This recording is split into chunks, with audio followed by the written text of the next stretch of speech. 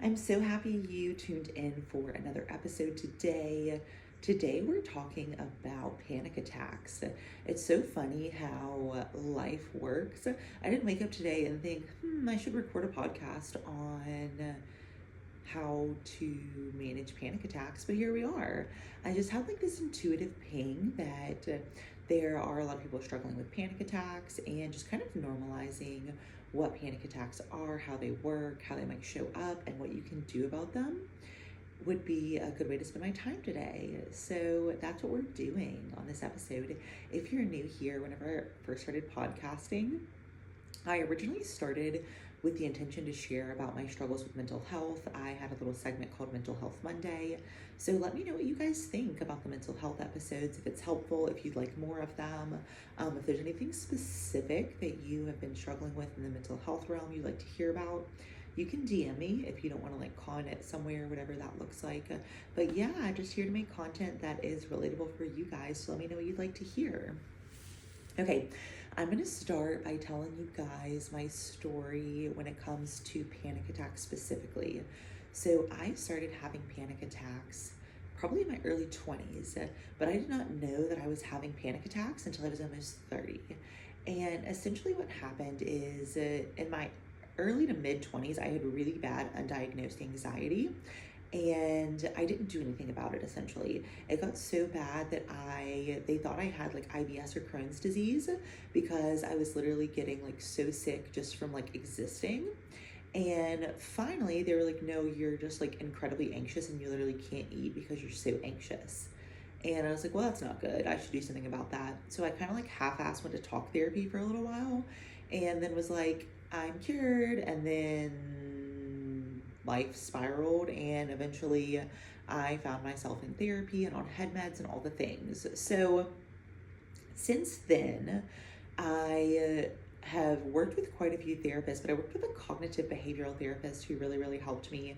And she essentially helped me to understand what panic attacks are, how they work, and what I can do about them. And so I'm going to share some of that with you guys today.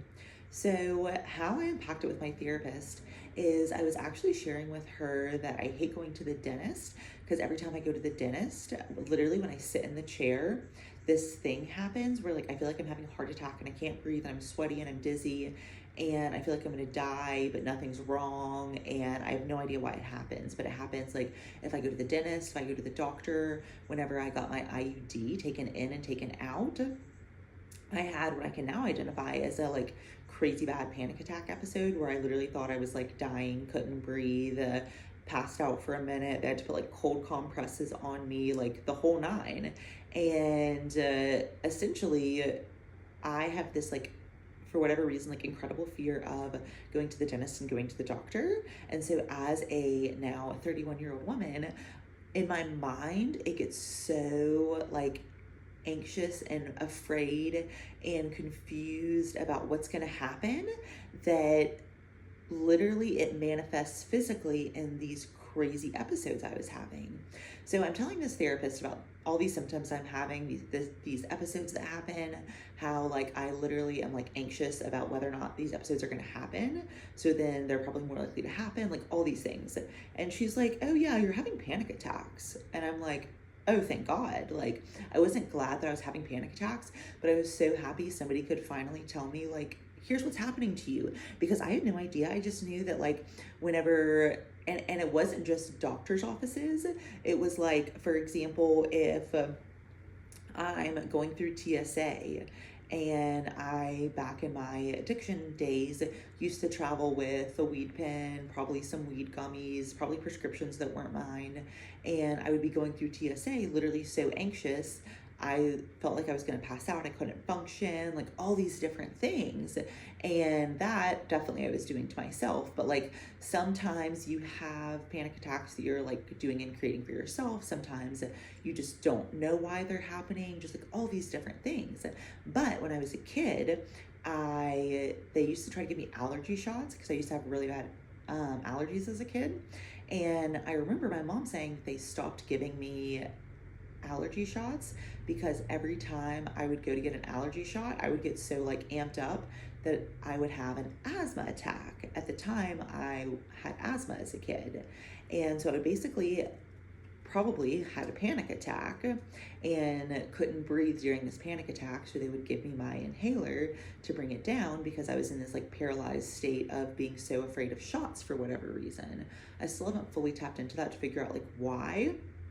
But nonetheless, we all have these crazy or not crazy, none of them are crazy, these very real fears that we have. And sometimes we don't know why we have them. We don't know what to do about them. And then they just manifest in all these ways that feel really, really uncontrollable.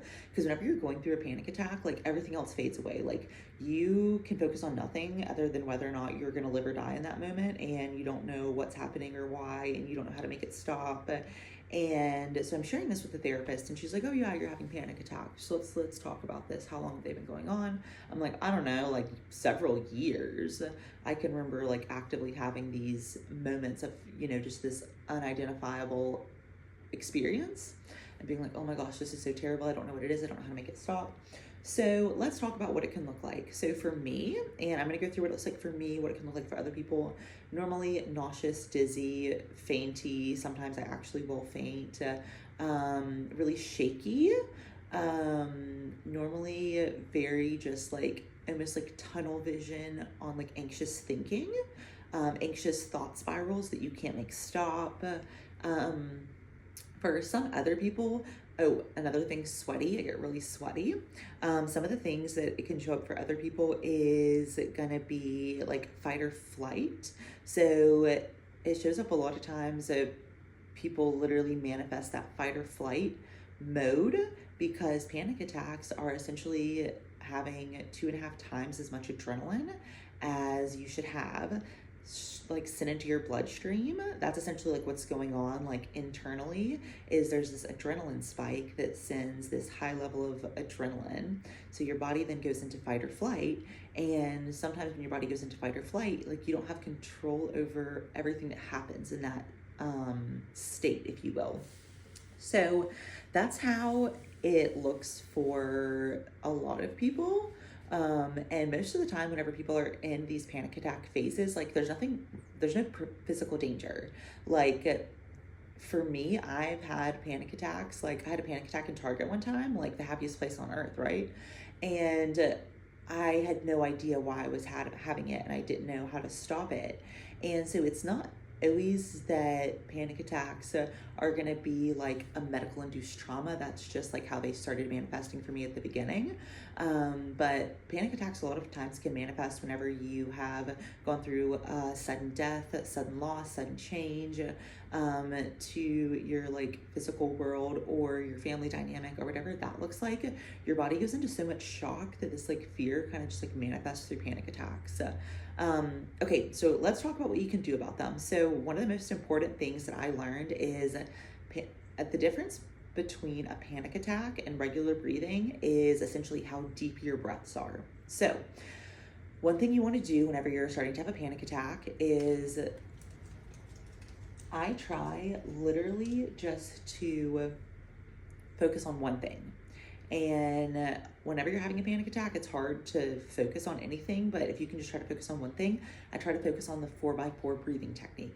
So essentially it's the concept that you breathe in for 4 and you count it out loud. 1, 2, 3, 4. Hold at the top for 4.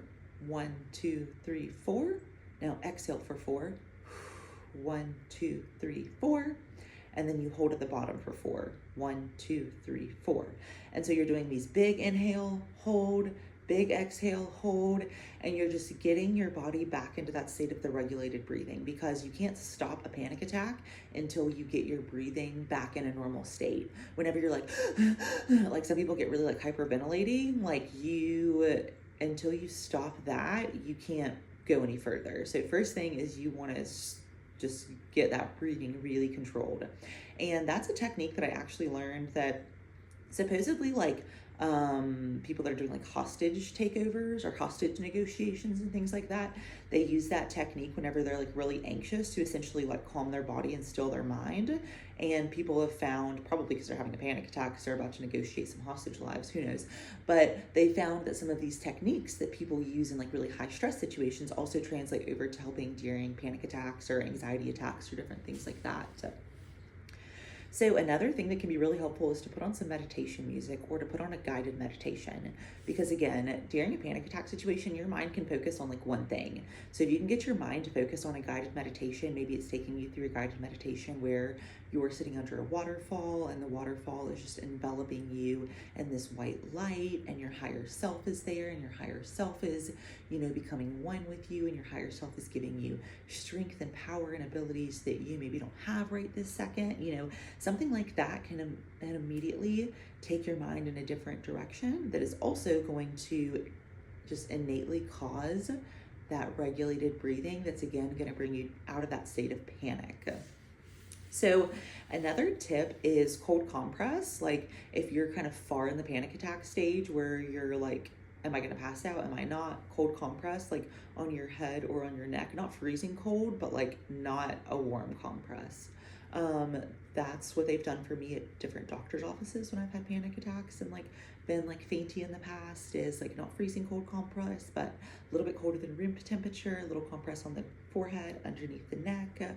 It can just help to get that body back to that normal temperature to again help to, kind of relieve some of that panic. So another thing is some people have like therapists or like a therapy center they can call on demand, and sometimes you can have a therapist walk you through it. One time this is going to be a good story. So one time I was in Las Vegas. I was by myself. I was actually doing like a little healing trip. I was going through like Sedona, doing some state parks, and then I was flying back home from Vegas. So I was in Vegas for like a night, and I ran out of gas. I'm driving a rental car, I don't know, it didn't have a normal gas light. I just didn't fill it up with gas, so I just ran out of gas. In the middle of a Las Vegas intersection, everybody's honking at me. I can't do anything because here I am in the middle of the intersection. So I just have a full-on panic attack. I'm crying, I'm hyperventilating. I don't know what to do. And I happen to have therapy. What happens is literally I'm like, I'm going to go get myself a smoothie. I'm going to come back to the hotel, hop on therapy, like have a great afternoon. Meanwhile, I leave, run out of gas, have a panic attack. A stranger like pushes my car out of the intersection after being honked at for like 30 minutes. I hop on this Zoom, full panic attack mode with my therapist, and I have no idea what she did, but she talked me down out of the panic attack in like 2 minutes. And I was like, I've never been so excited to have therapy. You won't believe what's happening. I'm like crying, hyperventilating. She's like, okay, what's going on? Yeah, so I learned then like, like a call-in therapy, if you have that option, is like a great thing to do if you're like super far like down the panic attack hole and you like can't stop it yourself, because sometimes it gets like that, like you get so far down that you're like, you forget about the breathing, you forget about all of it, and then you're just like, I need somebody to get me out of this. So that, or like calling like a friend, your mom, like somebody who can just kind of help to calm you, something like that can be really helpful. So last thing I want to touch on is after you have a panic attack, give your body time to rest and recover. Like your body just had enough adrenaline running through it. Like you just played 6 Super Bowls. So your body naturally is going to be very tired, very probably like needing to unwind, relax. Like give your body time and don't judge yourself. I used to be so like angry with myself when these things would happen. I would be like, oh my gosh, Madison, why does this weird thing keep happening? And why can't you stop it or do something about it? Like, and then I would beat myself up because I was having these weird experiences that I couldn't explain and I didn't know what they were or why they were happening.